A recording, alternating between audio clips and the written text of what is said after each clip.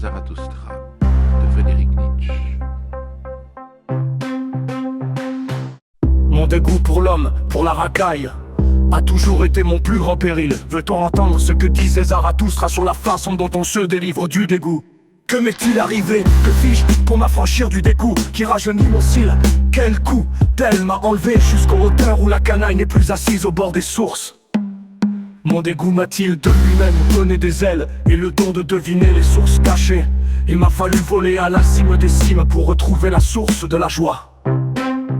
Oh, je l'ai bien trouvé mes frères. Voyez, sur la cime des cimes coule pour moi la source de la joie. Il est une vie dans laquelle la canaille ne vient plus boire à mes côtés.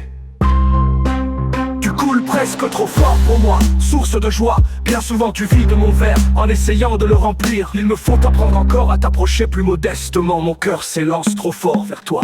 Mon cœur où brûle mon été, court, torride, mélancolique et bien heureux. Ah, que mon cœur d'été désire ta fraîcheur. Adieu, tristesse hésitante de mon printemps. Adieu, neige d'un juin perfide. Je suis devenu tout été. Je suis midi en plein été. L'été, sur la cime des cimes, avec ses ruisseaux froids et sa paix bienheureuse. Oh, venez ici mes amis, pour que le calme soit encore plus radieux. Car c'est ici notre altitude, car c'est ici notre patrie. Nous sommes trop haut, la pente est trop raide pour les impurs et pour leur soif. Mais vous mes amis, jetez vos yeux purs dans la fontaine de ma joie. Vous ne sauriez troubler ces ondes, sa pureté vous sourira. C'est sur l'arbre de l'avenir que nous allons bâtir notre ère. Aux aigles de nous apporter à nous qui sommes les solitaires la nourriture dans leur bec. Non, nous ne mangerons pas des viandes que les impurs puissent se souiller, car ils croiraient bouffer du feu et ils s'y brûleraient la gueule. Nous n'avons pas de place ici pour les impurs et pour leur race.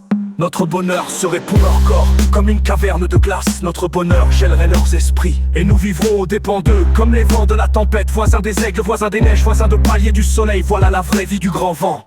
Et c'est pareil à ce grand vent que je viendrai souffler sur eux. Mon esprit coupera le souffle à leur esprit, ainsi le veut mon avenir.